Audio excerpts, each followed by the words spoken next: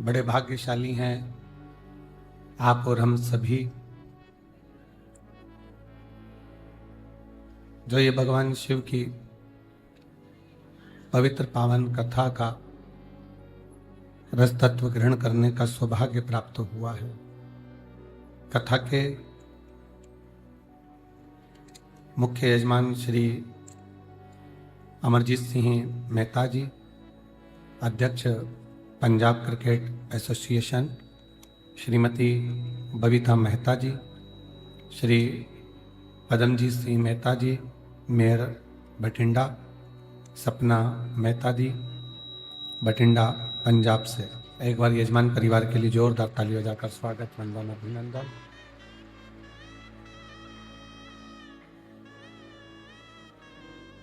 भगवान देवाधिदेव महादेव की यह पवित्र पावन कथा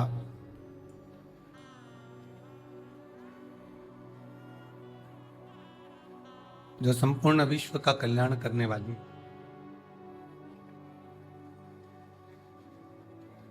जिसको श्रवण करने के लिए आप और हम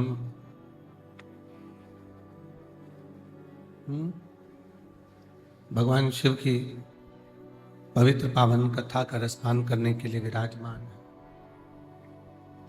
और तेरी कृपा बिना ना हिले एक भी अणु, लेकिन सांस तेरी कृपा से तनु तनु, बखान क्या करूं मैं राखों के घेर का, चपटी भगोत में है खजाना कुबेर का। हे गंगाधार मुक्ति ओमकार तू, भोले ओमकार तू, आयो शरण तेरा शंभु तार तार तू। बखान क्या करूं मैं राखों के ढेर का, चपटी भगोत में खजाना कुबेर का। हे गंगाधार मुक्ति भोले ओमकार तू, आयो शरण तेरा शंभु तार तार तू। भगवान शिव की यह पवित्र कथा कह रहे हैं।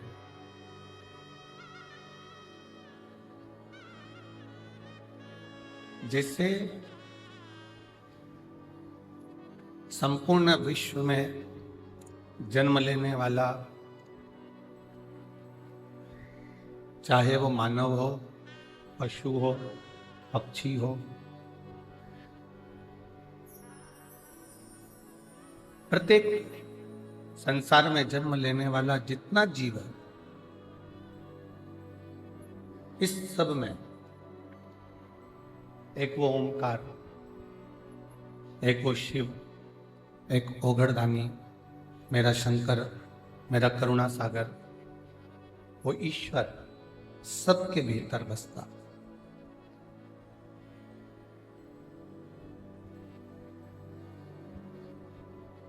चाहे वो संसार में जन्म लेने वाला पशु हो,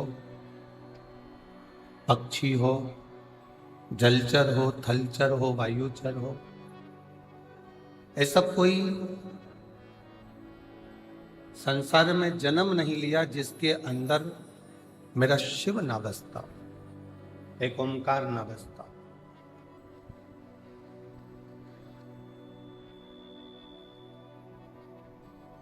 गुरु नानक देव जी अपनी वाणी में हमेशा कहते हैं कि जिस समय पर आप अरदास करने के लिए बैठो, गुरु नानक देव जी अपनी वाणी में कहते हैं जिस समय पर आप अरदास करने के लिए बैठो, उस समय पर केवल अपने लिए ही नहीं, गुरु नानक देव जी कहते हैं कि संपूर्ण विश्व के कल्याण के लिए और जो संसार में जन्मा है उसके लिए भी अरदास किया करो। उसके लिए भी अरदास करना चाहिए, उसके लिए भी प्रार्थना करना चाहिए, उसके लिए भी निवेदन करना चाहिए, उसके लिए भी भगवान से प्रार्थना करना चाहिए। एक मृत्यु लोक में जन्म ले लेना, संसार सागर में आ जाना, पृथ्वी पर जन्म ले लेना, एक सरल विषय। आपने कोई पूर्व का कोई पुण्य करा होगा, कोई सत्कर्म करा होगा, कोई अच्छा कर्म करा होगा, तो मृत्यु लोक में आपका जन्म आ गया। कोई पूर्व का कोई पुण्य करा होगा तो मृत्यु लोक में आपने जन्म ले लिया। और यदि मृत्यु लोक में जन्म मिल भी गया और आप शरीर से पूर्ण हैं, जो भगवान ने आपको नेत्र दिए हैं, श्रवण दिए हैं, वाणी दी है, हाथ दिए हैं, पांव दिए हैं, सारी इंद्रियां जो भगवान ने प्रदान करी है, शरीर का जो अंग प्रदान करा है, यदि वो प्राप्त अच्छे से हुआ है और उसको प्राप्त करने के बाद यदि आप भगवान की अविरल भक्ति में डूबे हुए हो, किसी संत, किसी सदगुरु, किसी भक्ति के अंतर्गत अगर आप प्रवेश करे हुए हो, तो समझ लेना कि मानव जीवन में सबसे अच्छा कर्म आपने कोई करा होगा, जो सनातन धर्म की ओर, भगवत भजन की ओर और अविरल भक्ति की ओर।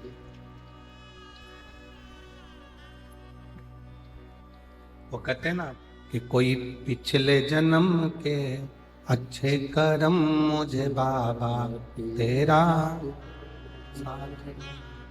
कोई पिछले जन्म के अच्छे कर्म मुझे बाबा तेरा, जहाँ सारी दुनिया झुकती, जहाँ सारी दुनिया झुकती है, मुझे वो वाली दरबार, दरबार, कोई पिछले अच्छे कर्म मुझे बाबा तेरा। कहीं श्री की कृपा से, उनकी उदारता से, उनकी करुणा से, उनकी दया से ये मानव का शरीर प्राप्त होता।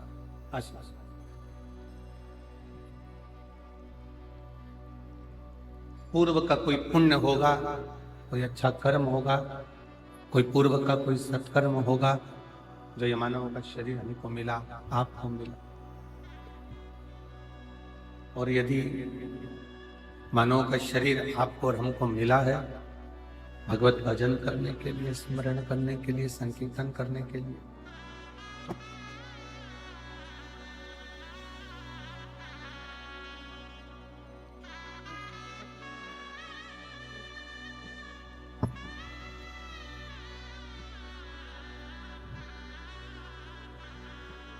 कोई पूर्व का कर्म, पूर्व का कोई सत्कर्म आपके और हमारे जीवन को आनंदित कर। बठिंडा की इस पवित्र धरा पर ये दूसरी बार कथा श्रवण करने का सौभाग्य मिला।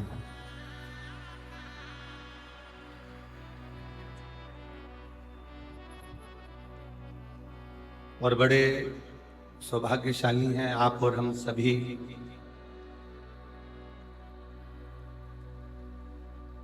कि भगवान शिव की अविरल भक्ति को धारण करने के लिए आप और हम यहाँ पर विराजमान।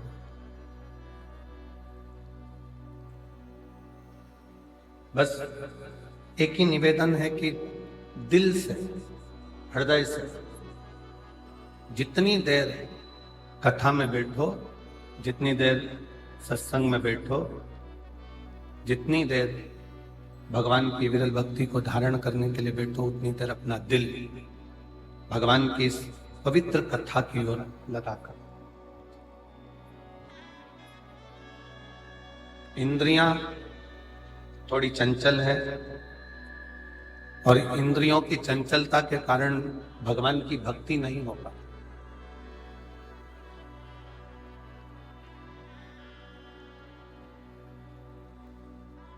कोई आया, नेत्र उधर चले जाएंगे, किसी ने कुछ कहा, श्रवण इंद्रिया उधर चली जाएंगी। और इन 5 कर्मेंद्री, 5 ज्ञानेंद्री और 1 मन, ये 11 इंद्रियों में सर्वप्रथम चंचल है ये मन रूपी इंद्रिय।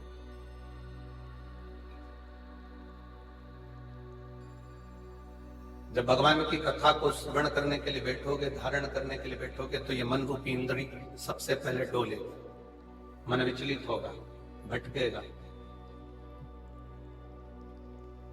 तब शिव कथा कहती है कि इस मन को केंद्रित कर कर शिव तक लेकर आना पड़ेगा। इस मन को केंद्रित कर कर भगवान शंकर तक लेकर आना पड़ेगा।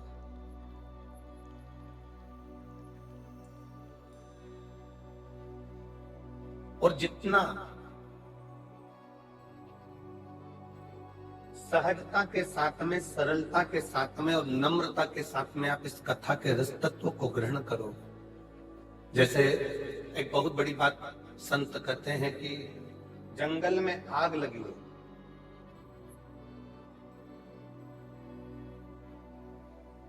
और जंगल में आग लगी है और बड़े बड़े वृक्ष जल रहे हैं, बड़े बड़े घास जल रही है, वृक्ष जल रहे हैं, पूरा जंगल धधक कर जल रहा है।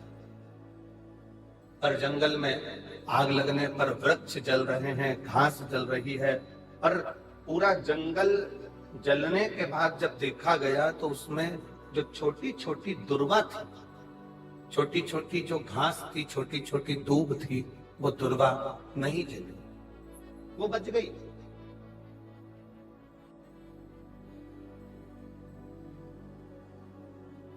बड़े वृक्ष जल गए, बड़ी बड़ी घासें जल गई, और छोटी छोटी दुर्वा, छोटी छोटी दूब वो बच गई, क्योंकि वो दबी की दबी रह गई। थोड़ा सा पानी गिरा, वो दुर्वा फिर उछल, फिर बढ़ना प्रारंभ कर दी। शिव महापुराण की कथा कहती है कि भगवान की कथा में, गुरु की शरण में, परमात्मा की शरण में, ईश्वर की शरण में, संत की शरण में, परमात्मा की कथा में जब भी पहुंचो, उस समय पर बड़े बनकर नहीं, छोटे बनकर जाओगे तो गुरु और संत और शिव की कृपा की दृष्टि से फिर बढ़ते चले जाओ।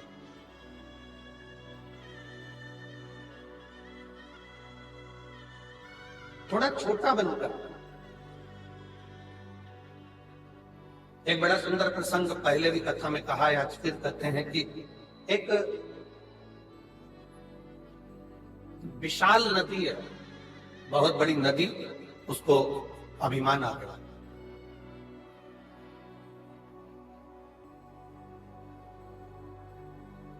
और बहुत बड़ी नदी को जब अभिमान आया, बहुत बड़ी नदी को जब अहंकार आया, अभिमान आया, तो उस नदी ने समुद्र से कहा, समुद्र, मैं दुनिया की सबसे बड़ी नदी हूं और बड़ी विशाल हूं।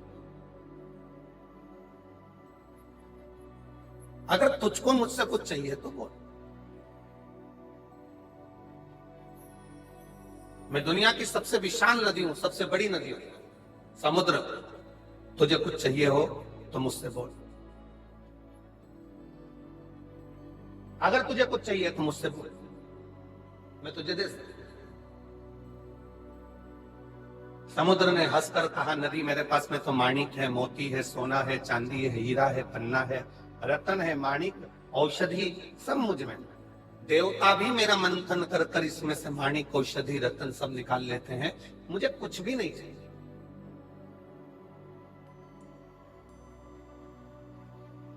कुछ तो मांग ले समुद्र। समुद्र कहता है, मुझे कुछ नहीं चाहिए, मुझे चाहिए ही नहीं। नदी ने फिर बार बार कहा कि समुद्र कुछ तो मांग, समुद्र कुछ तो मांग, समुद्र कुछ तो मांग। समुद्र ने कहा, नदी अगर कुछ देना चाहती है तो मुझे हरी हरी दूबा, हरी दूब, दुर्वा जानते हो ना सब लोग, हरी घास, हरी दुर्वा मुझे लाकर दे। नदी ने कहा, क्या रे समुद्र, तुम मांग भी रहा है तो मुझसे क्या मांग रहा है? केवल हरी दूबा, हरी घास, मैं अभी लेकर आता हूं। नदी ने घाट के किनारे पर लगी हुई घास को, दुर्वा को, अपनी जल की लहर से तोड़ना चालू करा।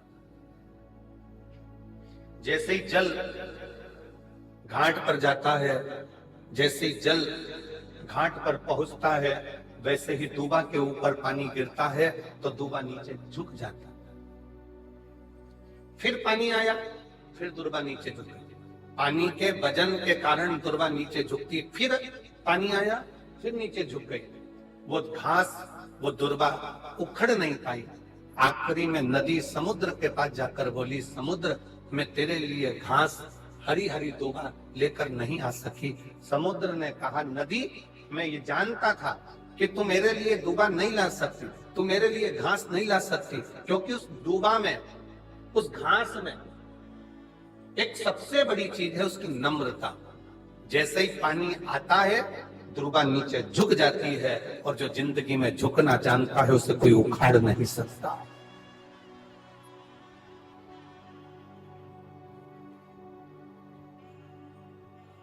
जो झुकना जानता है उसे कोई उखाड़ नहीं सकता। जो अपने रब के आगे, अपने इष्ट के आगे, अपने ईश्वर के आगे, ओंकार के आगे, परमात्मा के आगे, शिव के आगे जो एक बार झुकना सीख गया, फिर दुनिया की किसी की सामर्थ्यता नहीं है कि वो उसे उखाड़ कर फेंक दे, क्योंकि उसकी नम्रता, उसकी नम्रता, उसकी प्रबलता। आपने अगर जीवन में परमात्मा के आगे झुकना सीखा है, शिव महापुराण की कथा कहती है, जगत में कहीं मत झुको पर उस सतगुरु के आगे।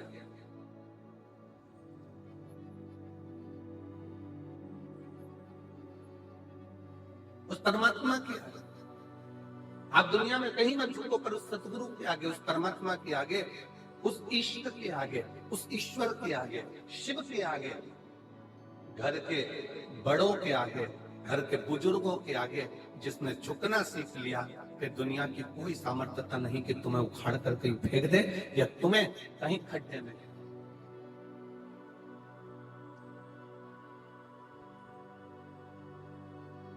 और मैंने तेरे ही भरोसे बाबा, तेरे ही भरोसे हवा बिच उड़ती जवानी, बाबा डोर तो छठी घटी जवानी, बोले मेरे तेरी भजन शंभो में।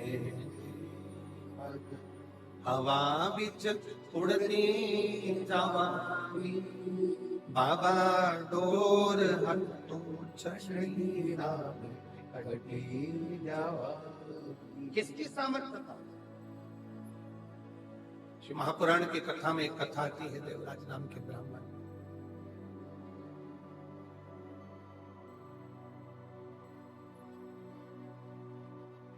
जीवन भर चोरी करी उसने। घर में पत्नी थी, बच्चे थे, पत्नी और बच्चों का भरण पोषण करने की जवाबदारी भी उस परमात्मा की। कितना सुंदर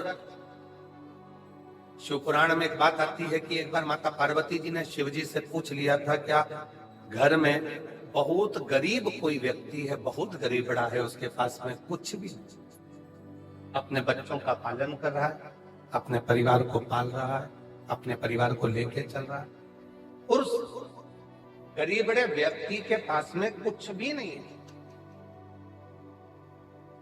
और मान लो उसके घर में कहीं से 8-10 मेहमान आ जाए,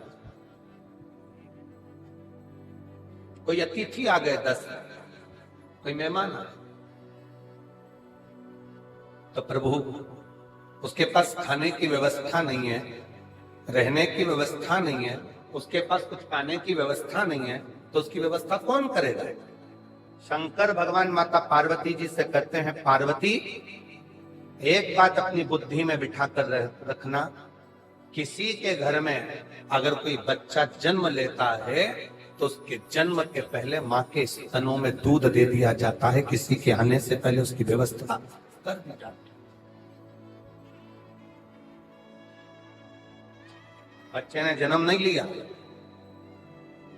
बच्चा जन्म नहीं लिया, पर माँ के स्तनों में दूध दे दिया गया कि बच्चा आएगा तो पिएगा क्या, पेट कैसे भराएगा, उधर की तृप्ति कैसे होगी। ये दुनिया के लोगों को लगता है अगर मैं दुकान पर नहीं जाऊंगा ना तो दुकान नहीं चलती। मत जा, खोल कर देख, चलिए। तुम नहीं थे तब भी दुकान चलती थी, तुम चले जाओगे तब भी दुकान चलेगी। तुम नहीं थे तब भी परिवार चल रहा था, तुम चले जाओगे तो भी परिवार चलेगा। तो अहंकार की जिंदगी से दूर हटकर ये सोचो कि हमारी दुकान चलाने वाला भी वो रब है और हमारे घर को, परिवार को चलाने वाला भी वो शिव है, कोई दूसरा नहीं चला।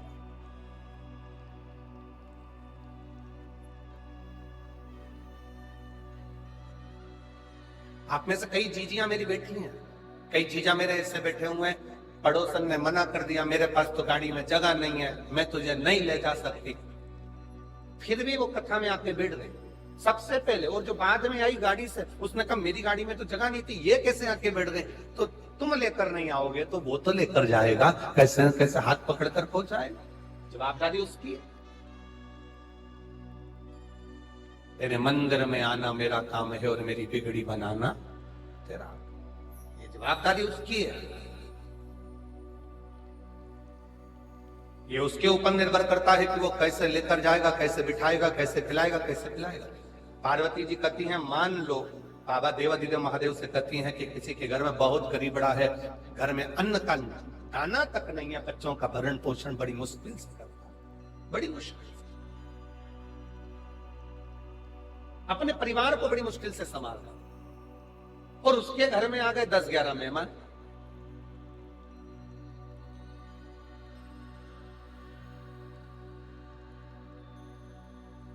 उसके घर में 10-11 मेहमान आकर बैठ गए, उनको खिलाएगा कौन?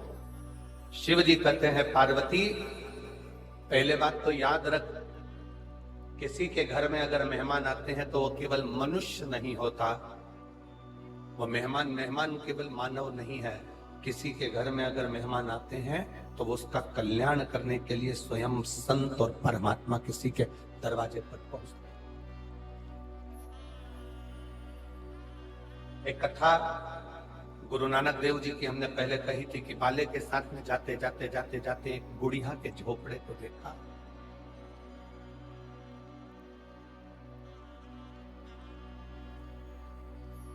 बड़े बड़े महल थे, उस महल में गुरु नानक देव जी नहीं रुके।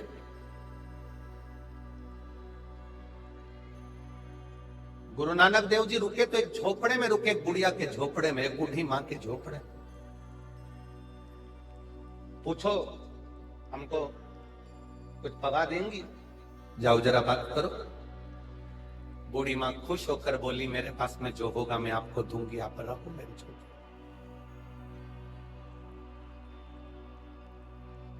झोपड़े के बाहर बूढ़ी मां ने अपना बिस्तर लगाया, सो गई। झोपड़े के अंदर गुरुदेव सो रहे हैं। चलिए, बाले ने गुरु नानक देव जी से कहा कि प्रभु इतनी बूढ़ी है, छोटा टूटा सा झोपड़ा है, अपन चले? चले। 1 वर्ष के बाद गुरु नानक देव जी बाले के साथ फिर घूमते घूमते आए। भ्रमण करते करते जब वहां पहुंचे, बाले से कहा यहाँ रुकने की व्यवस्था देखो। तो बाले देखने के लिए गया कि वो बूढ़ी माँ का जो टूटा हुआ झोपड़ा था, वहां तो 4 मंजिल का महल बना हुआ था। बाले ने गुरु नानक देव जी से कहा कि गुरुदेव, वो बूढ़ी माँ तो बहुत भिक्षुक सी थी, जिसके पास में खाने के निवाले नहीं थे, अन्न का दाना नहीं था, सोने के लिए पलंग नहीं था, हमको अंदर सुलाकर खुद बाहर जाकर सो गई थी। उसका ये 4 मंजिल का झोपड़ा महल कैसे बन गया 4 मंजिल का? गुरु नानक देव जी ने कहा, कभी भी अतिथि नहीं रहता, अतिथि देवो, अतिथि नहीं है। अतिथि अतिथि नहीं, स्वयं शिव, स्वयं शंकर, स्वयं ईश्वर, स्वयं भगवान।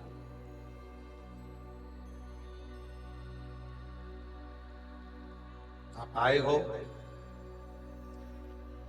देवराज नामक का ब्राह्मण जिसकी पत्नी है, जिसके बच्चे हैं, जिसका परिवार है, जिसका कुटुंब है, भगवान आराम से भरण पोषण सब कर रहा, और तुम्हारे पेट भरने की जवाबदारी स्वयं शंकर की है, तुम्हारे पेट भरने की जवाबदारी स्वयं देवाधिदेव महादेव की है। पेट भरने तक की जवाबदारी उसकी है, पर तुम्हारी पेटी भरने की जवाबदारी महादेव की नहीं है। पर दुनिया पेट भरने से ज्यादा पेटी भरने में लगा हुआ।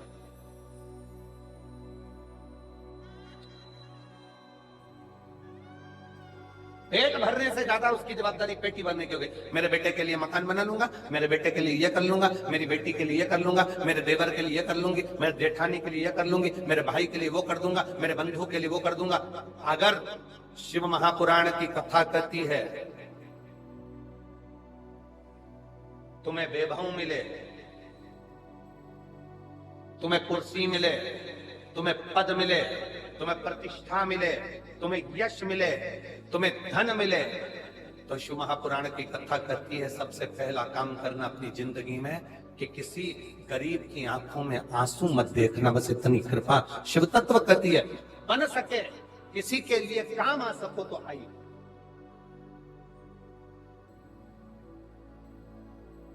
अपने पद का, अपनी प्रतिष्ठा का, अपने यश का, अपने वैभव का, अपनी सत्ता का सदुपयोग करें।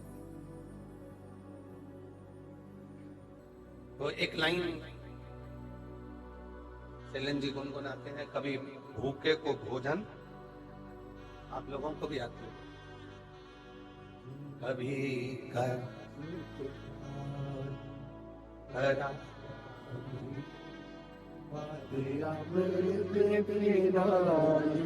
से क्या फायदा, कभी गिरते हुए को उठाया नहीं, बात आंसू बहाने से क्या फायदा, कभी प्यासे को पानी पिलाया नहीं, बात अमृत पिलाने से क्या फायदा।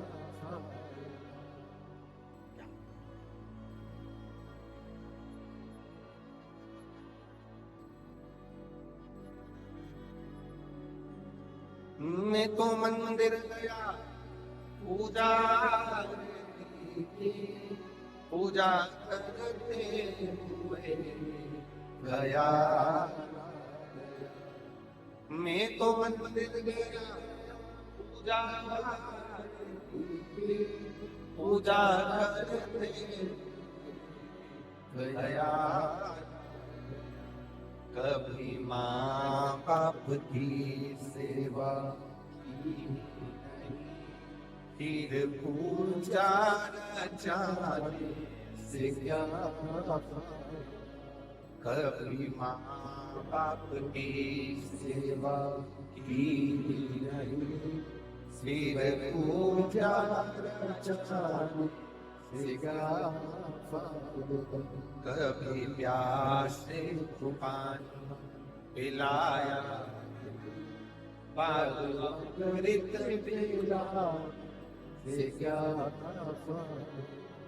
आप क्या फायदा?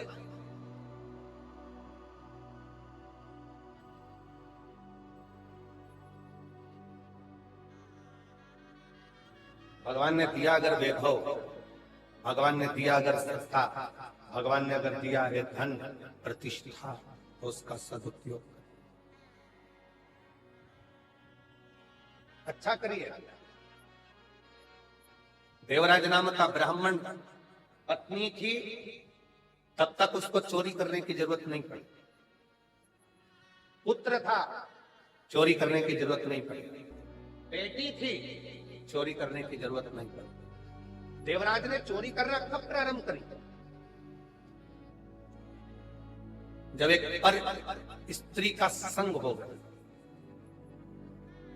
पर स्त्री का संग देवराज अपने मित्रों के साथ जा रहा था, ठिठोली करता हुआ, हंसता हुआ, गुनगुनाता हुआ अपने मित्रों के साथ जा रहा था। और एक स्त्री ने उसको देखा। वो स्त्री नहीं,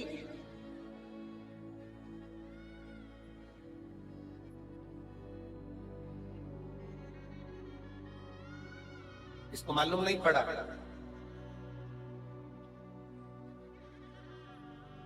कि एक साधारण सी स्त्री नहीं है।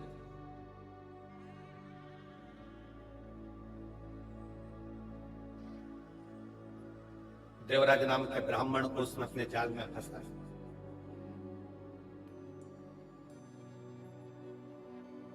काया की आसक्ति, मीठी वाणी की आसक्ति, नयनों की आसक्ति, उसके स्वरूप की आसक्ति देवराज को खींची।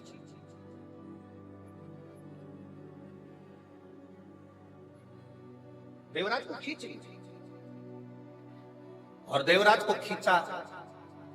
1 महीना, 2 महीना, 3 महीना चलते चलते उसने पहले देवराज से कोई धन की कामना नहीं करी, कोई पैसे की कामना नहीं,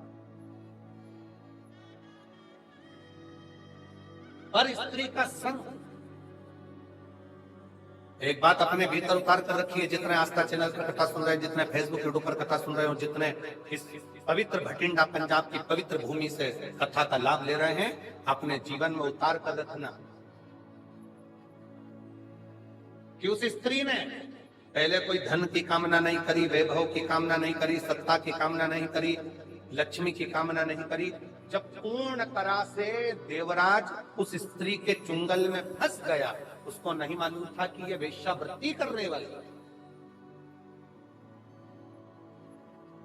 जब पूरी तरह से फंस गया और पूर्ण तरह से फंसने के बाद एक दिन इसने बस उस स्त्री ने देवराज से कह दिया कि वो रानी, राजा की धर्म पत्नी जो गले में हार पहनती है, वो हार मुझे चाहिए।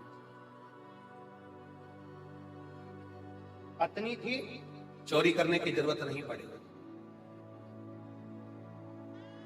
देवराज ने चोरी नहीं करी, बच्चे थे, चोरी करने की जरूरत नहीं पड़ी। क्योंकि शिव महापुराण की कथा कहती है, घर में पत्नी आती है ना, किसी लड़के की शादी होती है और घर में बहू आई ना, भगवान उसके हिसाब से उसकी तनख्वाह, उसका वैभव, उसका धन बढ़ाना प्रारंभ कर, उसका धन बढ़ाना भगवान खुद प्रारंभ कर देगा, उसकी सत्ता बढ़ाना अपने आप प्रारंभ कर देगा। शादी होने के बाद में बच्चे होते हैं तो भगवान फिर कहीं ना कहीं से एक जल का स्रोत बढ़ाता है, आवक बढ़ाना चालू कर देता, कोई नया काम चालू कर देता, कोई दूसरा काम चालू कर देता, जिससे इसकी आवक बढ़ा। परिवार में जितने सदस्य बढ़ते चले जाते हैं, उतना उतना भगवान भी राहें खोलता चले जाता है, राहें खोलता चले जाता है। पहले के समय में और आज के समय में बहुत अंतर है जी। आज के समय में तो लोग कहते हैं हम दो और हमारे, जम के तो बोलो, हम दो और हमारे दो, और घर में कहीं के बुढ़ा बुढ़ी रहते हो तो उनको बाहर वृद्धाश्रम में फेंक दो। ये आजकल की रीति है, ये लोग आज की रीति में ऐसे जीते हैं। पर पुराने समय में शिव महापुराण की कथा कहती है, पुराने समय में हमारे माँ बाप भी हमारे साथ में रहे, हमारे 4 बेटे 4 बहुएं साथ में रहे, हमारा परिवार साथ में रहे, मामा मामी बुआ फूफा काका काकी सब हमारे साथ में रहे, सबको संजो कर चलते, सबको संजो।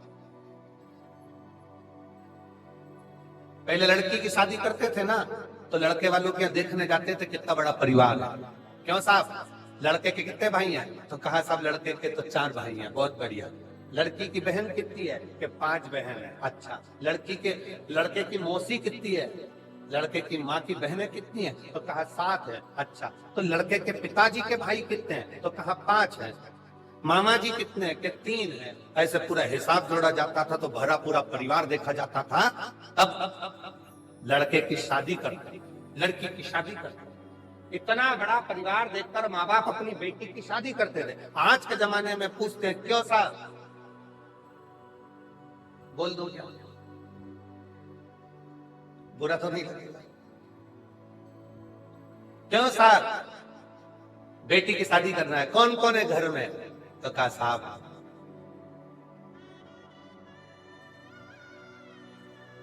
लड़के की मां तो नहीं है, बाप है और 2 बहन है, लड़का। अब घर पर जाकर लड़की के घर वाले विचार कर रहे हैं, अभी 2 बहन है, अभी 2 बहन है। फिर दूसरा लड़का देखा, साहब तुम्हारे यहाँ कौन है? तो कहा साहब हमारे यहाँ पर लड़के की माँ है, बाप है, लड़का है, एक बहन है। फिर घर पे जाकर विचार करा, सास जिंदा है।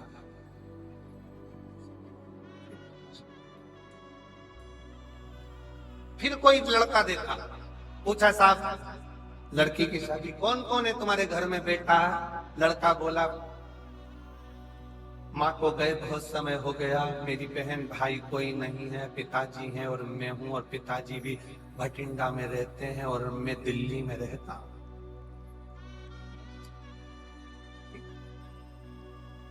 पिताजी पूरी जमीन जो हमारी खेती है वो देखते हैं, मैं सर्विस में हूं दिल्ली में। ठीक है, रिश्ता पक्का। क्यों? लड़की को काम नहीं करना पड़ेगा, बनाएगी तो ठीक, नहीं तो होटल, ऑनलाइन बुकिंग सब।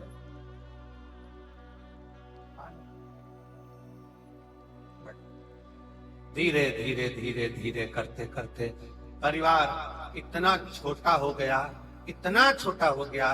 पहले परिवार बड़ा होता था तो कोई आंख उठाकर नहीं देख सकता था, आज परिवार इतना छोटा हो गया कि दूसरों से डरना पड़ता है कि कोई हमारे ऊपर कुछ क्रम ना कर दे।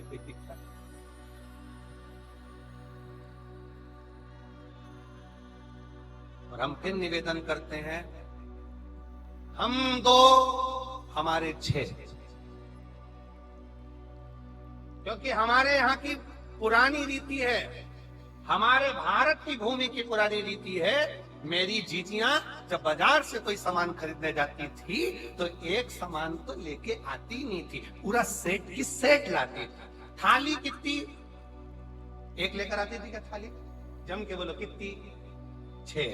कटोरी 6, प्लेट 6, चम्मच 6, पूरा 6 का सेट लेकर आते थे। इसलिए निवेदन है अपने घर में भी कम से कम 6 का सेट तो रखो। 2 बुजुर्ग, दादा दादी, माता पिता और बेटा बेटी, कम से कम 6 का सेट बनाकर चलो कि घर में ये 6 का सेट समाप्त नहीं होना चाहिए। हमारे घर में भी कम से कम सेट बना रहना चाहिए। बुजुर्ग साथ में रहे, मम्मी पापा साथ में, माता पिता साथ में रहे, घर के बच्चे साथ में रहे, ये 6 का सेट चलता है। 6 का सेट।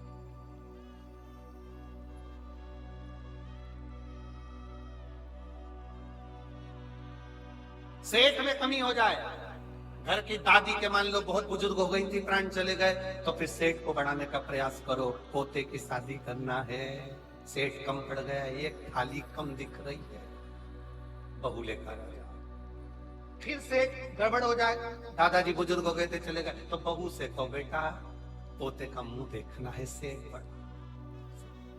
फिर 6 का सेठ।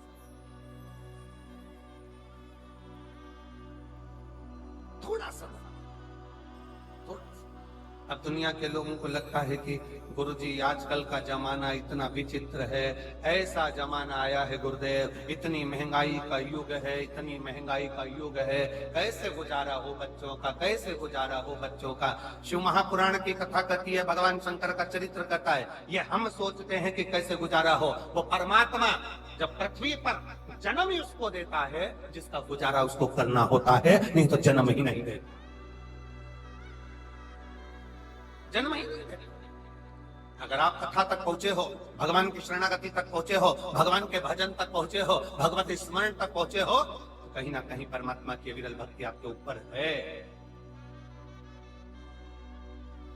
गुरुद्वारे में जाकर चाकरी कर रहे हो, सेवा कर रहे हो,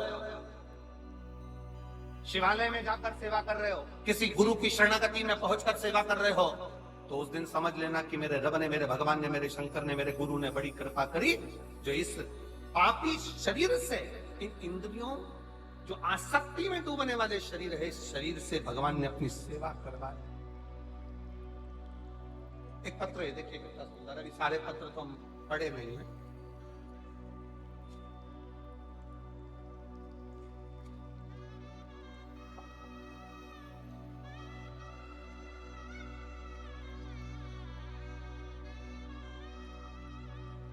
उमा, मेरा नाम उमा मोर, लुधियाना से आई।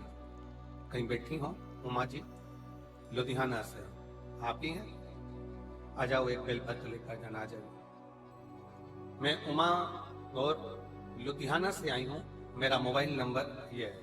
पत्र एलईडी पर दिख रहा, आस्था चैनल पर एलईडी पर आप अपना पत्र पढ़ सकते हैं। जिस पत्र को ये यहाँ से सुनाया जा रहा है वो आप एलईडी पर देख सकते हैं। उमा मोर, लुधियाना से आई हूँ। मेरा मोबाइल नंबर ये है। आपकी कथा 2019 से सुन रही हूँ। मैं आपके कहने अनुसार रोज मंदिर जाती हूँ, शिवजी पर 1 लोटा जल समर्पित करती हूँ, बेलपत्र चढ़ाती हूँ और रोज चढ़ी हुई बेलपत्र को जल पीकर उसको खा लेती हूँ। 30 साल से मधुमेह की बीमारी थी। 30 साल हो गए थे दवाइयां लेते लेते, पर वो बीमारी समाप्त नहीं हो रही थी। तब बाबा से प्रार्थना कर कर इतनी ज्यादा तकलीफ बढ़ गई थी कि आखिरी में शिवजी के मंदिर जाना, जल चढ़ाना और बेलपत्र खाना प्रारंभ करा। आज बाबा की कृपा से पूर्ण तरह से स्वस्थ हूं, दवाई की जरूरत नहीं और बीमारी खत्म। मैं बाबा को प्रणाम करने के लिए आई और बाबा को धन्यवाद देती हूँ। शिव की कृपा किसको? शंकर की उदार तक। एक पत्र और बड़ा सुंदर आया, देखिए।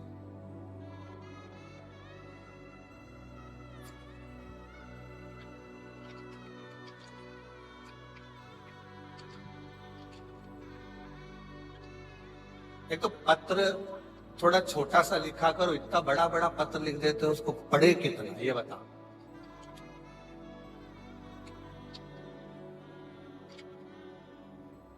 राजकुमार चंद्र कला सैनी, पति श्री राजकुमार सैनी, राजीव नगर, हिसार, हरियाणा की रहने वाली हूं। मेरा मोबाइल नंबर ये है। कहीं बैठे हैं आप ही हैं? आ जाओ, बेलपत्र लेकर जाना, आ जाओ।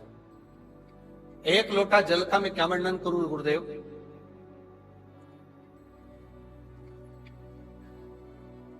शरीर में कष्ट था, तब परिवार के नजदीक के लोग सीहोर जा रहे थे, उज्जैन जा रहे थे, तो हम भी बाबा से प्रार्थना करने वहां पहुंच गए।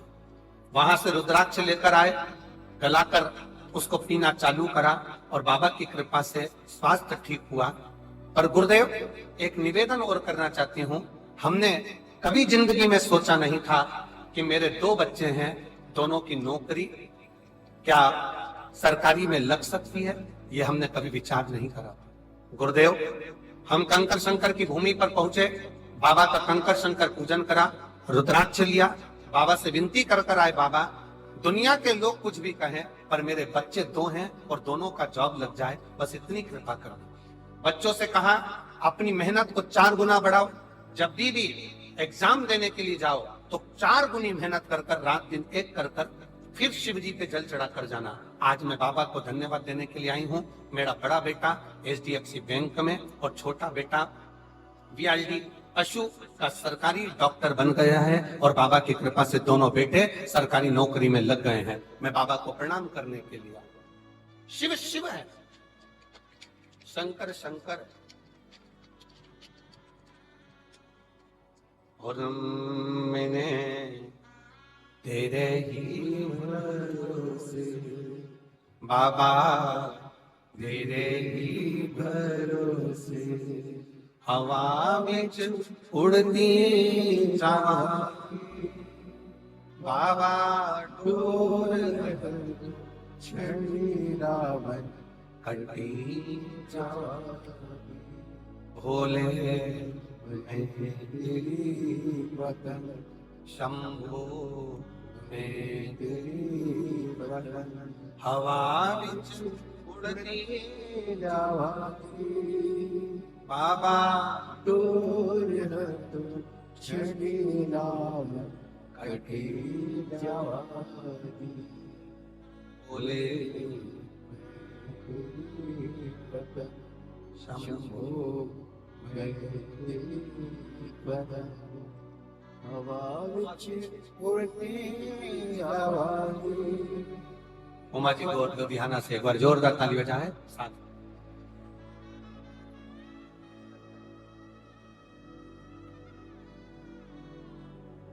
दीदी बोल रही हैं मेरी मधुमेह की पूरी दवाइयां छूट गई और बाबा की कृपा से मैं ठीक हूं। शिव शिव शिव एक विश्वास, एक भरोसा।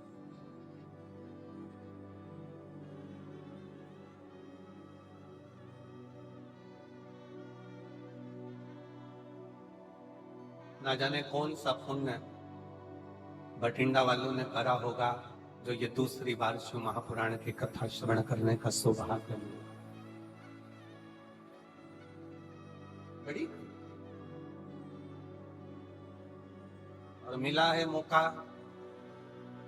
मैं पूरे बठिंडा वासियों से और आसपास के रहवासियों से निवेदन करूंगा, ये योग, ये संजोग छोड़ो नहीं। जितना समय मिले उतना शिव की शरण में जाकर भगवान की अविरल कथा का रसपान, शिव तत्व श्रवण,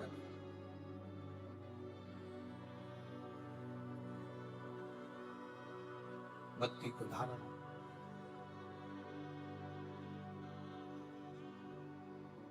उसने जन्म दिया है, पेट भरने की जवाबदारी उसकी है, उसकी।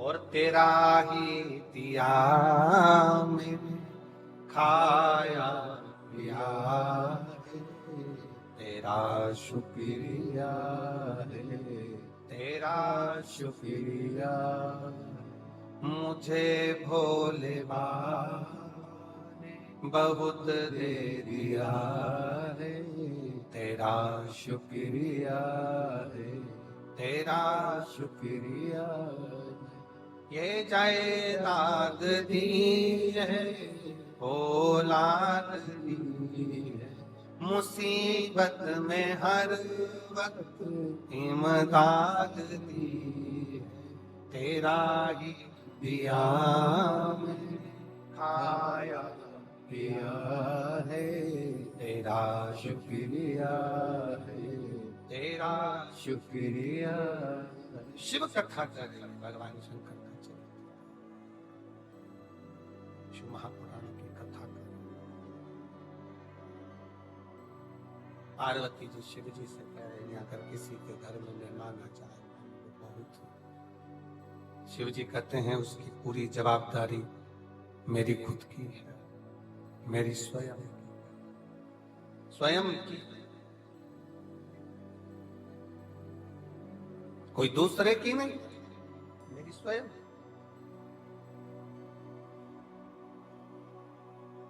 देवराज ब्राह्मण की धर्म पत्नी है, देवराज ब्राह्मण के बच्चे हैं, परिवार है, उसका पेट भरने की जवाबदारी उस परमात्मा।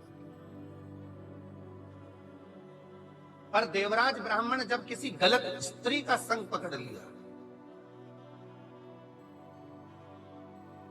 देवराज ब्राह्मण जब किसी गलत स्त्री का संग पकड़ लेता है, गलत स्त्री का संग धारण कर लेता है,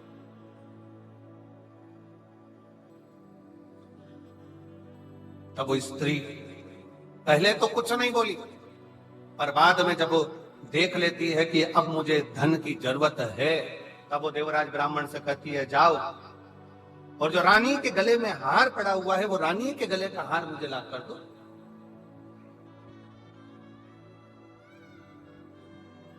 जो रानी के गले में हार पड़ा है वो मुझे लाओ। और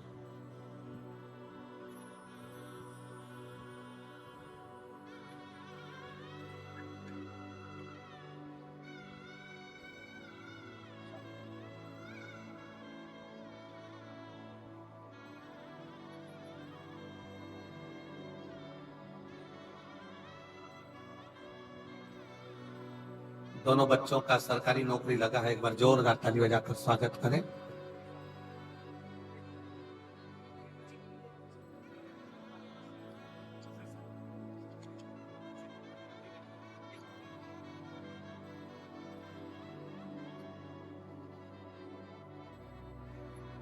शिव कृपा किसको कहते हैं?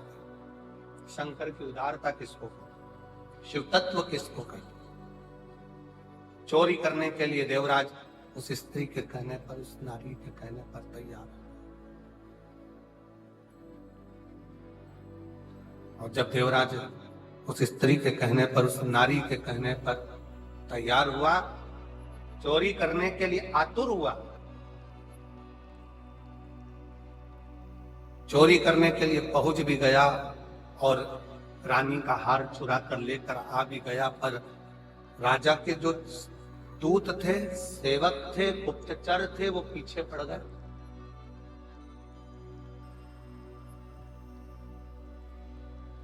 उन्होंने पीछा पकड़ लिया। भाग तक कहां जाए, छुपने का स्थान नहीं मिला, शरीर में ताप पड़ने लगा, बुखार आने लगा। तब वो देवराज ब्राह्मण शंकर के मंदिर में प्रवेश किया, शिवालय में, शिव के मंदिर में, और शरीर में ताप पड़ रहा था तो चुप कर बैठ गया। शिव कथा चल रही थी। थोड़ी थोड़ी देर में महाराज जी चिल्ला कर कह रहे थे, हर हर महादेव। इसको बड़ा कछोटपन उत्पन्न हो रहा था, क्रोध आ रहा था, बड़ा करे तो करे क्या।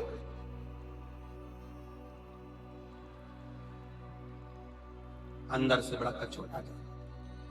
मंदिर से चोरी का सामान लेकर बाहर निकला। एक बेलपत्र के वृक्ष के छांव में उसके प्राण छूट गए।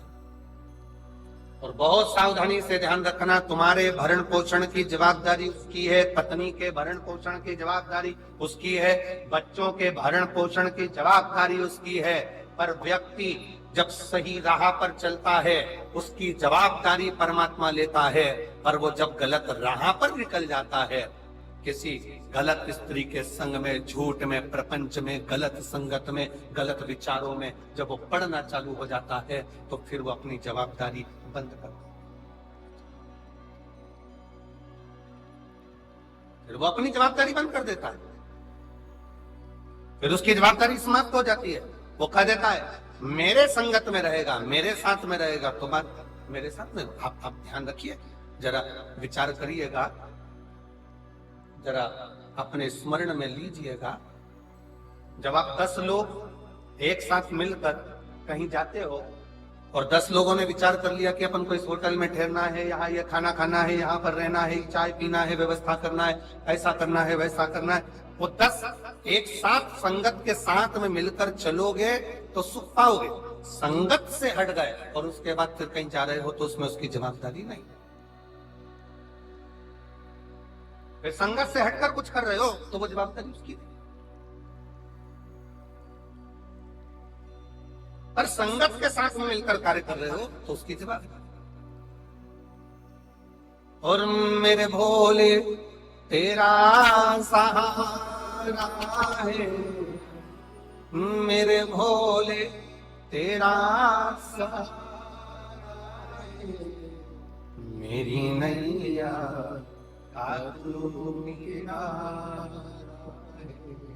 मेरी नैया।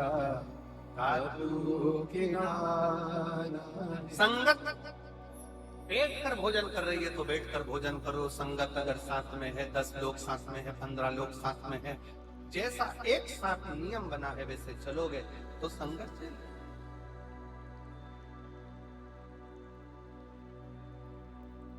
एक पैसे वाला व्यक्ति मरता है ना, बहुत धन वाला व्यक्ति मरता है तो उसके मरने के बाद एक सभा होती है, जिसको कौन सी सभा कहते हैं? शोक सभा। अब इधर का तो हमको नहीं मालूम, पंजाब का ऐसा फोटो मोटो रखकर सब बैठ जाते हैं, शोक सभा करते हैं। इधर भी होती है क्या? अरे जम के तो बोलो। आवाज नहीं आ रही है, बोलो जरा। होती है? अच्छा। पैसे वाला मरता है, धनपति मरता है तो शोक सभा होती है। कोई गरीबड़ा मरता है, कोई गरीब व्यक्ति मरता है, उसकी शोक सभा होती है क्या? नहीं होती, क्योंकि उसके इतने शोक ही नहीं होते कि उसकी सभा करी जाए। जिसके शोक ज्यादा होते हैं उसकी शोक सभा भी होती है, और जिसके शोक ही नहीं होते वो शोक सभा क्या करेगा? वो तो थोड़ी देर बैठकर गुरुवाणी को श्रवण कर लेता है, सत्संग कर लेता है, भगवान की भक्ति कर लेता है, राम नाम, कृष्ण नाम, शिव नाम को जप लेता है और अपनी जिंदगी का आनंद पा लेता है।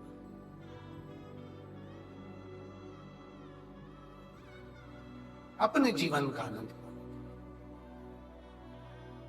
उसे कोई मतलब नहीं। जिसके शोक ज्यादा है, व्यसनों में डूबा हुआ है, वेश्यावृत्ति में डूबा हुआ है, मदिरा पान में डूबा हुआ है,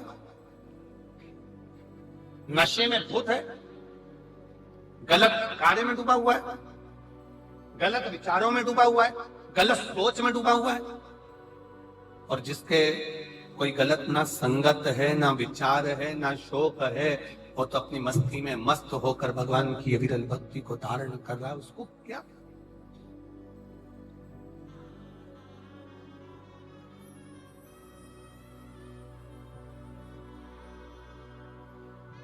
और तेरी कृपा का क्या है भरोसा, कब किस पर हो जाए जरासी हम पर कर दो, ओ जरासी हम पर कर दो।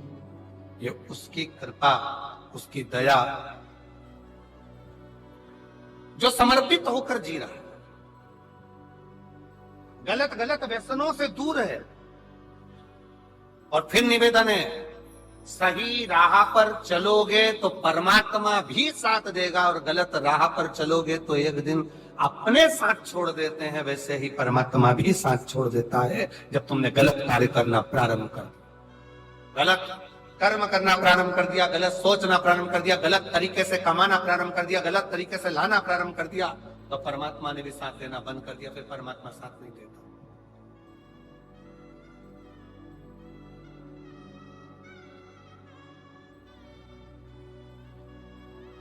फिर परमात्मा साथ।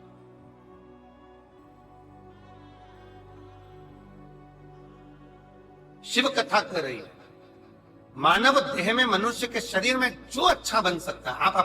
हम फिर निवेदन करेंगे, कहीं गंगा जी के घाट पर जाकर बहुत सालों तक मत बैठो, मंदिर देवालय में, शिवालय में, कहीं पर भी तुम डेरा बनाकर मत बैठो।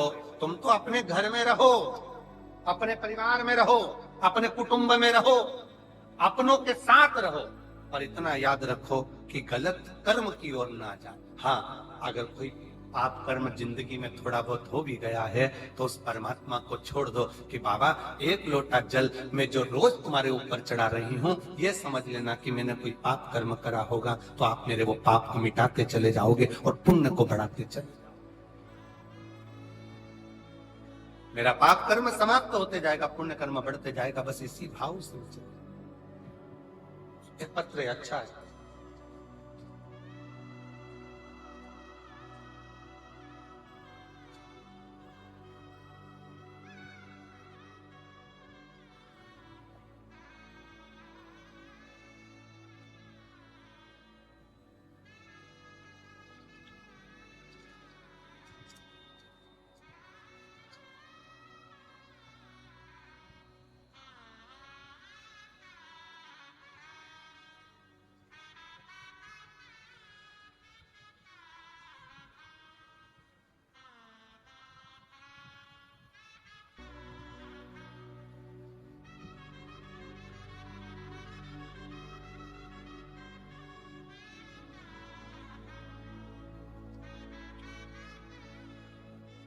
गांव बापोड़ा, जिला भिवानी। मेरे पति का नाम महावीर और मेरा नाम बबीता है। कहीं बैठे हो तो हाथ हिला सकते हैं। कहीं बैठे हैं, आ जाइए, आ जाइए, आ जाओ, आ जाओ। गुरुजी 2022 से दुख चालू हुआ, ऐसी तकलीफें आना चालू हुई कि बर्बादी होना निश्चित। हमें आपकी कथा के बारे में नहीं मालूम था, तब किसी एक बहन के कहने पर आपकी कथा सुनना प्रारंभ करी।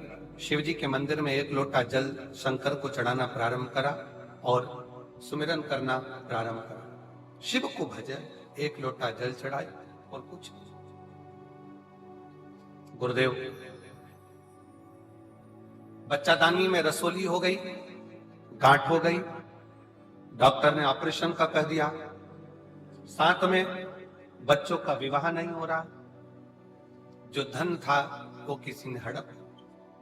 इतनी तकलीफों के साथ में कैसे जी, कुछ भी हाथ में नहीं था। तब 2022 पूरा निकल गया, तब 2023 में किसी के कहने पर कथा प्रारंभ करी। हमने सुना है कि पंडाल में बैठकर कथा सुनने का क्या लाभ होता है, तो कोई मुझसे पूछे कि पंडाल में बैठकर कथा श्रवण करने का क्या फल है। ये मेरी बाबा से मैंने विनती करी थी, मेरी गर्भ की गांठ, बच्चेदानी की गठान समाप्त हो जाएगी, मेरे दोनों बच्चों का विवाह हो जाएगा और बच्चों का काम धंधा लग जाएगा। 8 कथा सुनूंगी। आज बाबा की कृपा से आपको दोनों बच्चों का विवाह हो गया, ये छोटे बच्चे का विवाह भी हो रहा है, रसोली गांठ भी समाप्त हो गई और बाबा का गया हुआ मेरा सारा धन भी आ गया। ये कथा आज 8वीं पूरी हो रही है पंजाब के भटिंडा। पंजाब भटिंडा में मेरी 8वीं कथा आज पूरी हो रही है और बाबा ने मुझे सब कुछ दे दिया जो मुझे चाहिए। शिव शिव है, शंकर शंकर, और निमंत्रण पत्रिका भी दी। अब दे तो दी और इन सबको सुना दी और सब आ गए तो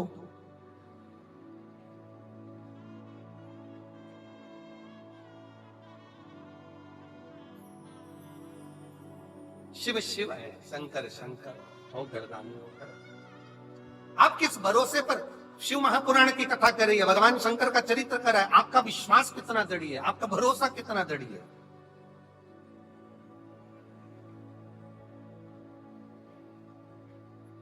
आप जितने भरोसे से, जितने विश्वास से, जिस दृढ़ता से भगवान को भजते हो, अपने हृदय की बात कहते हो, भगवान उसको श्रवण सुनता हूं।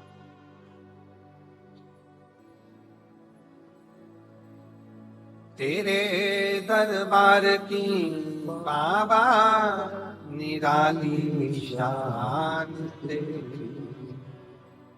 तेरे दरबार की बाबा निराली शान तेरी, तुझे देते नहीं देखा पर झोली भरी देखी, तुझे देते नहीं देखा पर झोली भरी देखी।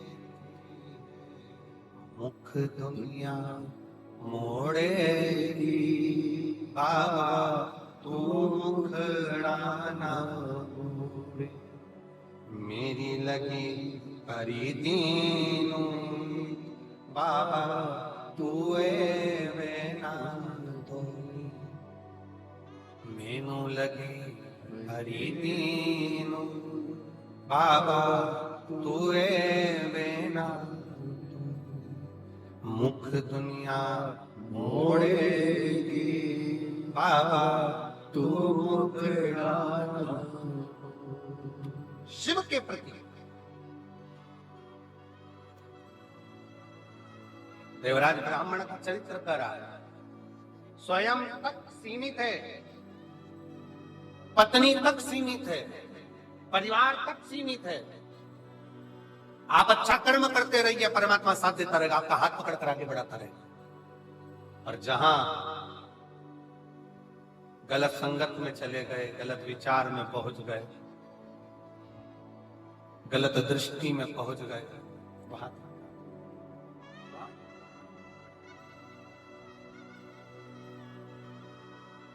और हुआ वही वही वही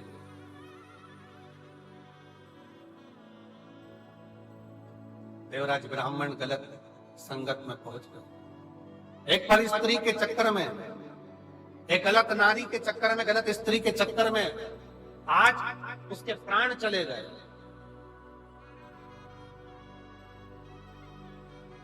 गलत स्त्री के चक्कर में आज उसका प्राण चले गए।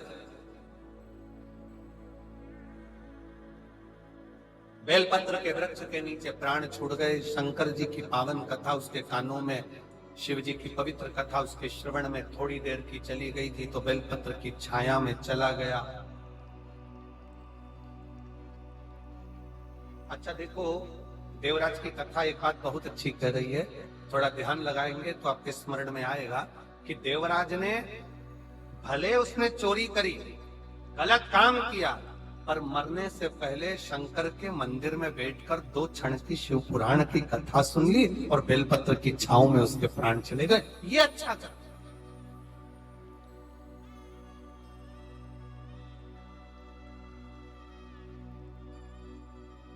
एक तो बेलपत्र की छांव मिल गई, दूसरा मरने से पहले शंकर भगवान की कथा मिल गई, आज शिव की कथा मिली। ये कितनी बड़ी कृपा, कितनी दया।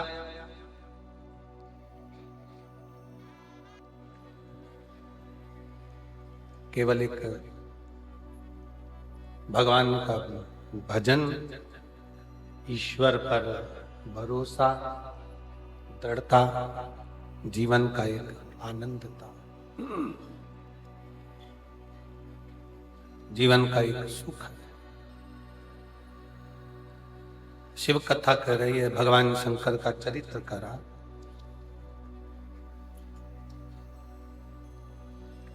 भगवान देवाधिदेव महादेव का चरित्र करा है कि ऐसा संसार में कोई नहीं जन्मा जिसके प्राण नहीं जाएंगे। मरना सबको, पर निवेदन केवल इतना है कि मरने से पहले जैसे देवराज शंकर के मंदिर में पहुंच गया तो परमात्मा के धाम पहुंच गया, नहीं तो था तो पापी, चोरी भी करता था, गलत काम भी कर रहा था, व्यसन में भी डूब गया था, गलत संगत में भी चला गया।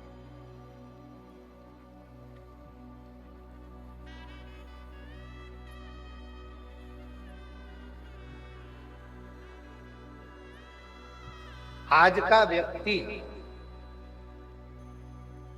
जितना संसार में जन्म लेने वाला है वो कोई ना कोई दवाई का प्रयोग करता है। पर एक बात बताओ, दवाई पर भी एक्सपायर डेट लिखी होती है, बोलो सही है कि गलत है? अरे जम के तो बोलो जरा, लिखा होता है ना, 2022 में बनी है, 2024 में 12/24 में ये एक्सपायर हो जाए। मेडिकल पर से लेकर आते हो और वो तुमको एक्सपायर दवाई दे दे तो तुम लाओगे क्या? अरे जम के तो बोलो जरा, उसका कोई मोल तत्व ही नहीं, उसका कोई महत्व ही नहीं, उसको लाकर करोगे भी। मतलब जो दवाई आपको जिंदगी देती है वो दवाई भी एक दिन मर जाती है, वो दवाई भी एक्सपायर हो जाती है।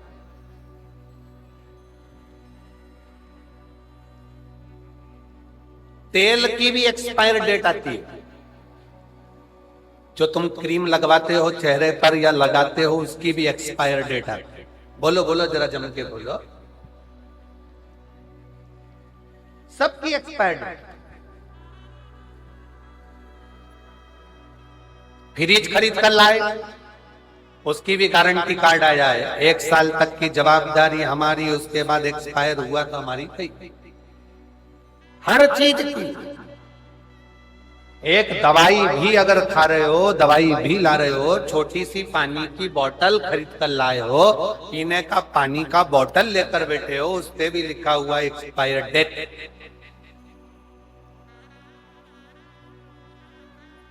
जो दवाई हमको जिंदगी देती है वो दवाई भी एक दिन जम के बोलो एक्सपायर हो जाती है। तो डॉक्टर ने क्या कहा, मेडिकल वाले ने क्या कहा, ये दवाई एक्सपायर हो उससे पहले खाओ। ये खुद ही एक्सपायर हो जाएगी तो तुम खाकर करोगे। दवाई एक्सपायर हो उससे पहले तुम उसको खा लो, क्रीम एक्सपायर हो उससे पहले लगा लो, पाउडर एक्सपायर हो उससे पहले पोत लो, पानी की बोतल एक्सपायर हो उससे पहले, अरे बोलो जम के, पी लो। और तुम एक्सपायर हो उससे पहले परमात्मा का नाम गालो। इससे बड़ा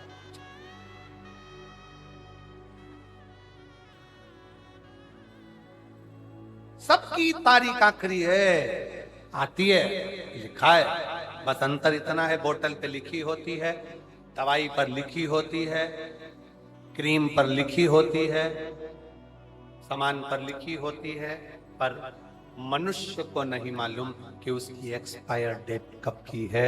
लिखी सबकी है। इसलिए शिव कथा कहती है, भगवान शंकर का चरित्र कहता है, शिव महापुराण का कथा कहती है कि ये तारीख जो लिखी है, इसको जो भगवान ने समय दिया है, इसको इतनी अलमस्तता से जियो, इतने स्मरण से जियो, भक्ति करते करते अपने जीवन को जीने का प्रयास करो। जो मिली है, जो मिला है समय, उसको जियो। दवाई एक्सपायर हो उससे पहले उसको खाओ, पानी एक्सपायर हो उससे पहले, बॉटल एक्सपायर हो उससे पहले पियो, और मनुष्य एक्सपायर हो उससे पहले भगवान की अविरल भक्ति को धारण करो, भगवान के भजन को धारण, भगवान के स्मरण को। किसी को नहीं मालूम कब किसका कौन सा आखिरी पल हो, किसको मालूम?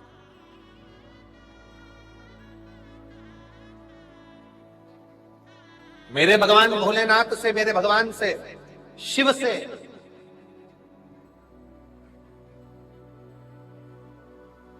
कभी जाना भगवान की शरणागति में, तो उनसे कहना, बाबा बुढ़ापा देना, पर बुढ़ापे में पलंग मत पकड़ा देना। बुढ़ापा देना तो हाथ में माला पकड़ा देना, पर पलंग मत पकड़ा देना। बुढ़ापे में अगर माला पकड़ा दी तो चल जाएगा, पर बुढ़ापे में पलंग पकड़ा दिया तो नहीं चलेगा। बुढ़ापे में अगर पलंग पकड़ा दिया तो ना मैं चल सकती ना फिर सकती, दूसरे के मोहताज होकर जिंदगी जीती हूं। मेरे बाबा, मेरे शंभू, मेरे शंकर, अगर बुढ़ापा देना तो हाथ में माला पकड़ा देना, पर पलंग मत। माला पकड़ाओगे तो एक दिन मैं तेरी शरण में चली जाऊंगी और मेरा जीवन स्वर्गमय हो जाएगा। अगर पलंग पकड़ा दिया तो ये स्वर्ग नहीं है, ये जीवन नरक है। जिनको पलंग पर पकड़ा हुआ देखते हो, पलंग पर तड़पता हुआ देखते हो, आईसीयू में पड़े हैं, वेंटिलेटर पर पड़े हैं, मौत भी, बड़ी बीमारियां शरीर में हो जाती है और वो मौत को मांगते हैं, भगवान अब तो उठा ले, भगवान अब तो उठा ले। भगवान भी नहीं उठाता। जरा विचार करिएगा, भगवान से प्रार्थना करना कि बुढ़ापे में मुझे पलंग नहीं माला पकड़ाना, पलंग पकड़ाऊंगा, पकड़ाओगे तो मैं तेरे दरवाजे नहीं आ सकता, पर माला पकड़ाओगे तो ऐसी भटिंडा में कथा सुनता रहूंगा, तेरी भजन को करता, तेरी भक्ति को धारण करता रहूंगा, तेरे भजन को गाता रहूंगा, तेरा स्मरण करता। शिव कथा कर रहे, भगवान शंकर का चरित्र कर रहा। देवराज एक्सपायर हुआ, देवराज के प्राण छूटे उससे पहले देवराज शंकर के मंदिर तक पहुंचा।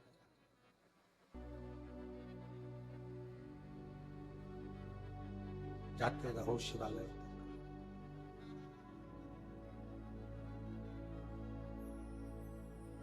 जाते रहो। गुरु नानक देव जी ने एक बात अपनी बड़ी बहुत लग्नता से कही अपने जनमानस को। गुरु नानक देव जी ने किसके सामने? संत नामदेव जी के सामने। संत नामदेव जी के सामने महाराष्ट्र के वो संत नामदेव गुरु नानक देव जी से मिलने के लिए अपना महाराष्ट्र छोड़कर पंजाब में आकर रहे थे। आप लोगों को मालूम कि नहीं मालूम, पर यदि आप अध्ययन करेंगे तो उसमें मिलेगा कि महाराष्ट्र के संत नामदेव जी महाराज अपना महाराष्ट्र छोड़कर भगवत भजन करते करते विठ्ठल पांडुरंगा विठ्ठल पांडुरंगा विठ्ठल पांडुरंगा कहते कहते पंजाब आ गए। और इस पंजाब की भूमि पर गुरु नानक देव जी की संगत करी उन्होंने।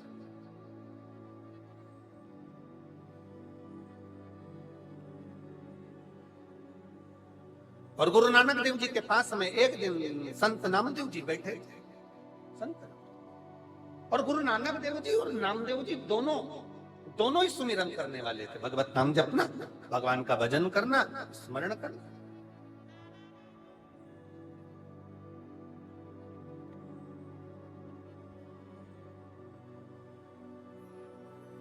एक दिन गुरु नानक देव जी ने नामदेव जी से कहा, नामदेव, अगर मानव की देह मिली है, गुरु नानक देव जी कहते हैं, नामदेव, अगर मानव का शरीर मिला है, मनुष्य की देह मिली है, तो संसार में आने के बाद भय भी बहुत होता, भय भी बहुत होता कि पाप मिलेगा कि पुण्य मिलेगा। पर गुरु नानक देव जी नामदेव जी से कहते हैं, अगर मनुष्य की देह मिलने के बाद आपका सुमिरन, आपका भजन, आपका स्मरण अगर निश्चित है, तो फिर पाप का आडंबर नहीं, पुण्य की प्रबलता में मनुष्य आगे बढ़ता चलेगा। शिव महापुराण कथा करती क्या? शंकर की कथा क्या देती है? शंकर की कथा आपको आडंबर से दूर कर देती है। शिव की कथा में ना बेल है, ना भभूति है। शिव की कथा में ना श्रीफल, ना नारियल। शंकर की कथा में तो केवल एक काम है, बैठे बैठे भगवान का भजन करो। मौका मिले तो एक लोटा जल लेकर शंकर को समर्पित करो। अपना भजन स्वयं को करना पड़ेगा, कोई दूसरा नहीं करेगा। अपना भजन स्वयं करिए, कोई दूसरा नहीं कर। शहनाई का श्लोक, अपना भजन स्वयं करिए, अपना स्मरण स्वयं करिए, कोई दूसरा नहीं। हम पहले भी कथा में कहे हैं, छींक आएगी अपने को खुद को छींकना, खांसी आएगी अपने को खुद को खांसना। अब तुमको आ रही छींक और तुम पड़ोसी से कह रहे छींक, वो छींक भी देगा तो तुम्हें कौन सा फायदा है? अपने को चल रही खांसी, पत्नी से कह रहे खांस, तो पत्नी खांस भी देगी तो तुम्हें कौन सा फायदा?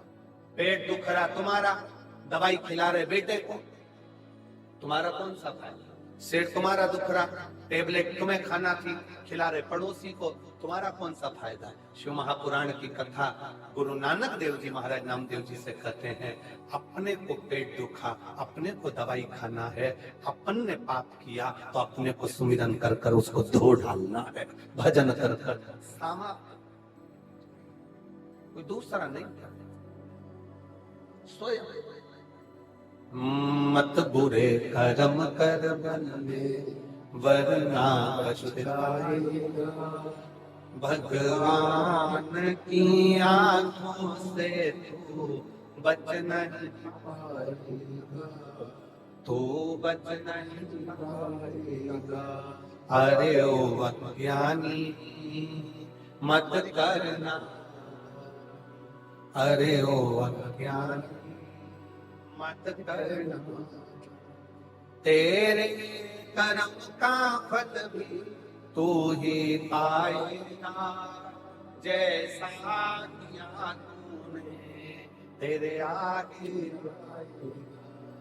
मत बुरे कर्म कर बंदे वरना पछताएगा, भगवान की आंखों से तू बच नहीं पाएगा, तू बच नहीं पाएगा। अरे ओ मत करना, अरे ओ अज्ञानी करना। अपन को खुद भगवत भजन करना,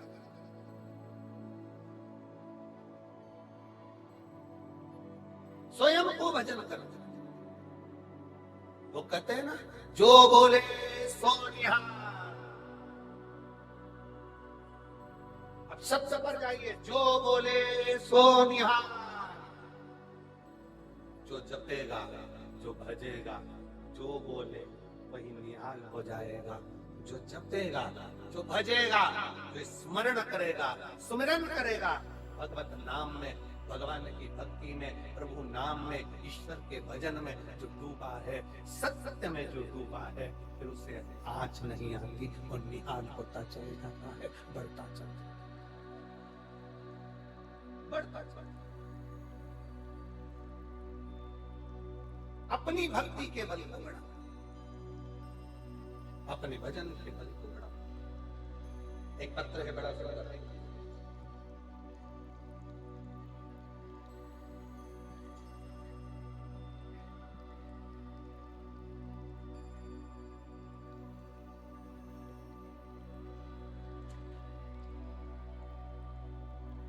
मैं गुरुजी जेतो की निवासी हूँ,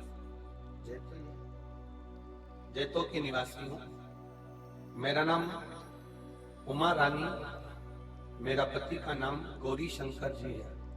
कहीं बैठी हो तो हाथ हिला सकते हैं, आप ही हैं? आ जाओ, एक बार वापिस हाथ हिला दीजिए। मेरा नाम उमा रानी, मेरे पति का नाम गौरी शंकर जी है। मैं जेतो की निवासी हूँ। आ जाइए।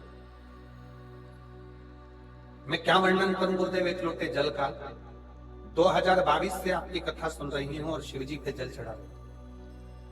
गुरुदेव, मेरा बेटा डॉक्टर की तैयारी कर रहा है। 4 साल हो गए थे उसको तैयारी करते करते, पर उसको गवर्नमेंट कॉलेज नहीं मिला।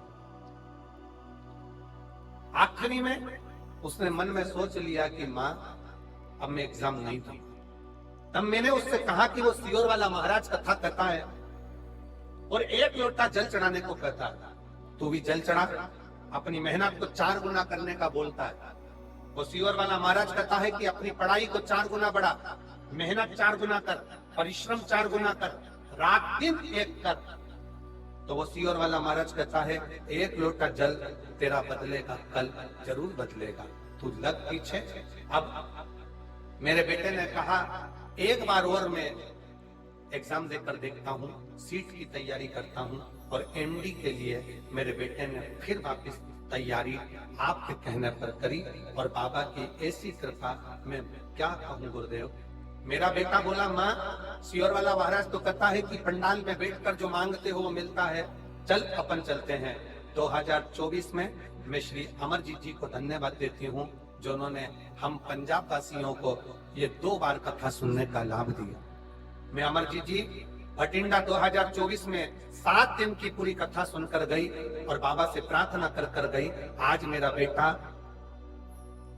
वापिस फिर एग्जाम की तैयारी करते करते आज मेरा बेटा डॉक्टरी के लिए सिलेक्ट हो गया और एमडी की सीट उसको मिल गई है और मेरा बेटा कॉलेज में पढ़ रहा। मैं बाबा को यहाँ धन्यवाद देने के लिए, शिव तत्व किसको कर, उस माँ ने अपने पत्र में लिखा कि मेरे बेटे ने जब हिम्मत छोड़ दी तब मैंने उससे एक ही बात कहा। वो सियोर वाला महाराज कहता है कि अपनी पढ़ाई को 4 गुना बढ़ाओ, अपने कर्म को बढ़ाओ, अपनी मेहनत को बढ़ाओ, रात दिन एक कर दो और फिर शिव जी को 1 लोटा जल चढ़ाओ और दिल से बाबा का स्मरण कर कर जाओ तो बाबा सुन।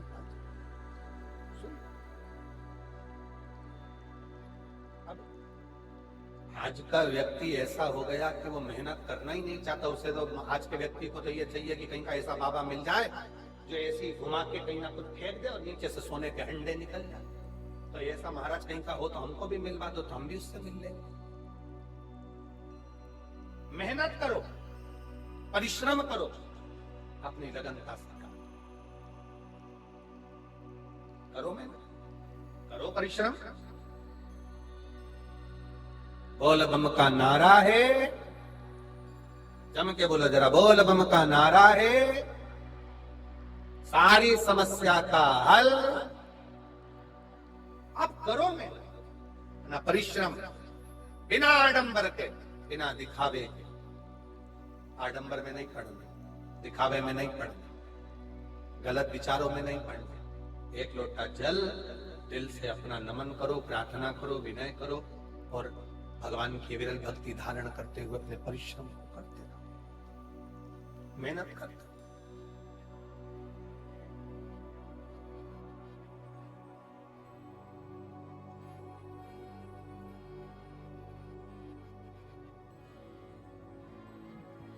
शिव कथा कर, भगवान शंकर का चरित्र कर, शिव महापुराण की कथा वर्णन कर। जब विश्वास जागृत हो तो शिव कैसे एक पत्र और है बड़ा पंखा भी भेजा हो।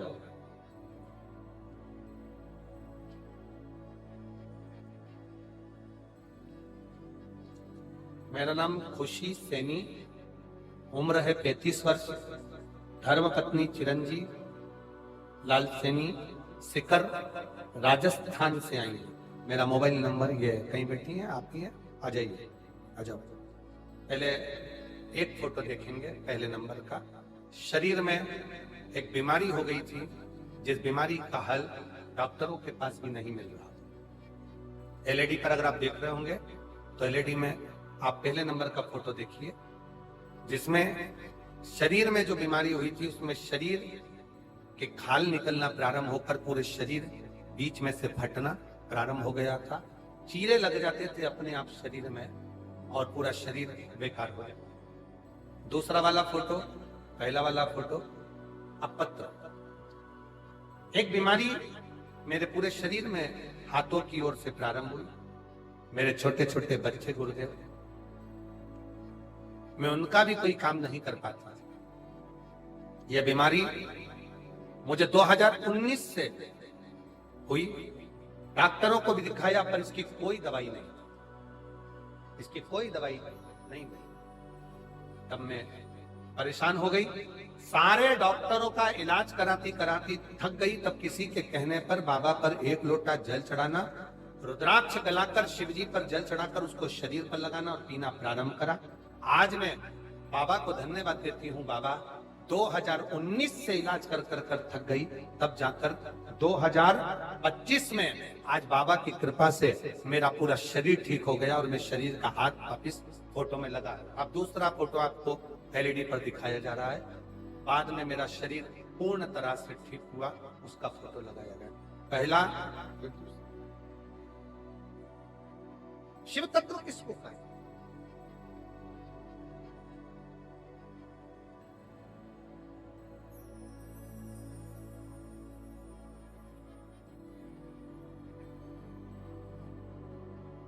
बेटा डॉक्टर बन रहा है, एक बार जोर ताली बजाऊं मेरी माता के लिए। और तेरा ही दिया खाया पिया, तेरा शुक्रिया, तेरा शुक्रिया मुझे भोले बहुत दे दिया, तेरा शुक्रिया, तेरा शुक्रिया। शिव कथा कर रही है। देवराज ब्राह्मण मरने से पहले, एक्सपायर होने से पहले उसने अपने शरीर का सदुपयोग दवाई एक्सपायर हो उससे पहले खाओ, पानी की बोतल एक्सपायर हो उससे पहले पी लो, और शरीर एक्सपायर हो उससे पहले शिव नाम गा लो। ये मानव की देह का सबसे बड़ा रास्ता।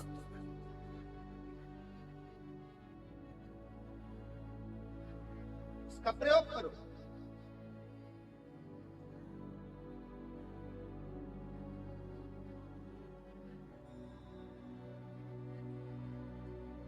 किसी काम की खाल नहीं है, ये मनुष्य की शरीर की खाल। शेर मरे तो उसकी खाल काम में आ जाती है, हाथी मरे तो उसकी खाल काम में आ जाती है, बानर मरे तो उसकी खाल काम में आ जाती है, चीता मरे तो उसकी खाल काम में आ जाती है, हिरण मरे तो उसकी खाल काम में आ जाती है। पर मानव ऐसा पाप कर्म कर कर मरता है कि उसकी खाल भी काम में नहीं आती। कि खाल भी काम में नहीं, शरीर का प्रयोग करें। मरने से पहले शिव नाम जपो, शंकर की भक्ति करो, स्मरण करो, भजन करो, कीर्तन करो, मंत्र जाप करो और अपनी लगन का सिकन लगन। देवराज के प्राण चले गए, भगवती स्मरण। पूछा शिव जी से, मैंने तो पाप ही पाप किया।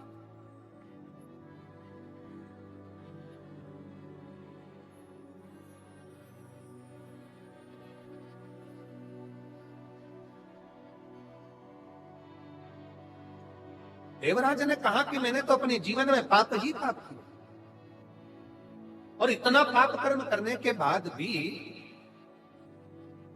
आज मुझे देवाधिदेव महादेव लेने के लिए आए। स्वयं शिव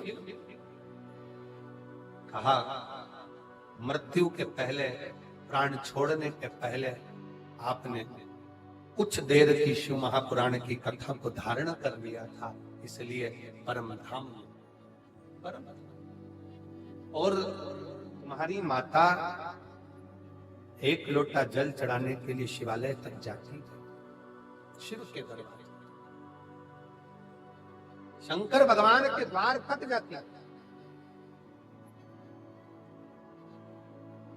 शिव की चौखट तक जाती है। तो शिव कैसे ना लेते। फिर वर्णन आया, एक बिंदुक नाम का ब्राह्मण चोरी का धन ले जाता पानी में डूब गया, मर गया। शिव कथा कहती है, 3 तरह से मरे हुए व्यक्ति को वैकुंठ का सुख नहीं। पहला, पानी में डूब कर मरा हुआ। दूसरा, सर्प के डसे से मरा हुआ। तीसरा, स्त्री के हाथ से मरा। पानी में डूबकर मरे हुए का भी मोक्ष नहीं है, सर्प के डसे से मरे हुए का मोक्ष नहीं है, स्त्री के चक्कर में, नारी के चक्कर में, नारी के लिए, नारी के चक्कर में प्राण छूटे हैं, स्त्री के हाथ से मरे हुए का भी मोक्ष। हम कई बार लड़कों से कहते हैं, नवगत बेटाओं से कहते हैं, कई बच्चे लोग कह देते हैं, उसने मुझे धोखा दे दिया, मैं मर रहा हूं। काय को मर रहा है? ये तो संसार सागर है। मनुष्य की देह मिली काय के लिए है? यहाँ जितने मिलेंगे सब धोखा देने वाले मिलेंगे। केवल एक वो भोलेनाथ ऐसा है जो जिंदगी में कभी धोखा नहीं देता, वो निभा कर देता। संसार में जन्म लिया है, दुख भी आएगा, कष्ट भी आएगा, परेशानी भी आएगी, तकलीफें भी आएगी, सब कुछ होगा, पर आपकी लगन, आपकी मेहनत, आपका परिश्रम आपको मंजिल तक ले जाए।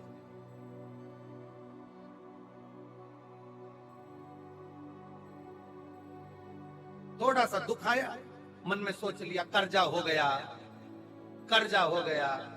अरे कर्जे का नाम ही है कर करके जा, उसी का नाम कर्जा। जब उस पे लिखा ही है कर्जा कर्जा, कर करके बच्चों के लिए ले लिया, बैंक से लोन लो, यहां से लोन लो, वहां से लोन लो, वहां से लोन लो।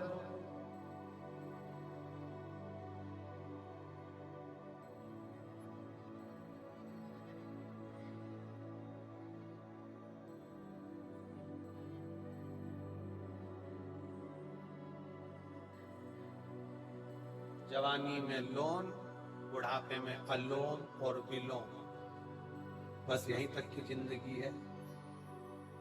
पहले ले लो, फिर देने का नंबर आए तब अलोम विलोम में पड़ गए। अब तो जाने का समय हो गया, कहां से चुकाऊंगा? टेंशन, क्या चिंता?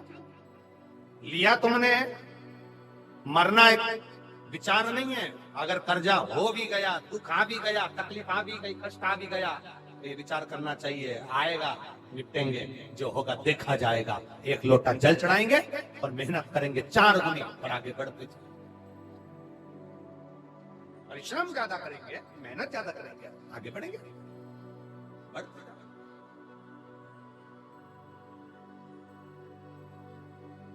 थोड़ा तपना पड़ेगा, तपना। आज आप लोग अपना घर छोड़कर शिव महापुराण की कथा तक आए हो, अपना कूलर, एसी, पंखा, घर छोड़कर भीड़ में इतना आनंद के साथ कथा में आकर बैठे हो, तुम भोलेनाथ की कथा तक गए हो, तो एक दिन बाबा भी तो, तुम अपना एसी छोड़कर आए हो, घर छोड़कर आए हो, तो वो भी तो कैलाश छोड़कर तुम्हारे दुख काटने तुम्हारे दरवाजे तक आएगा।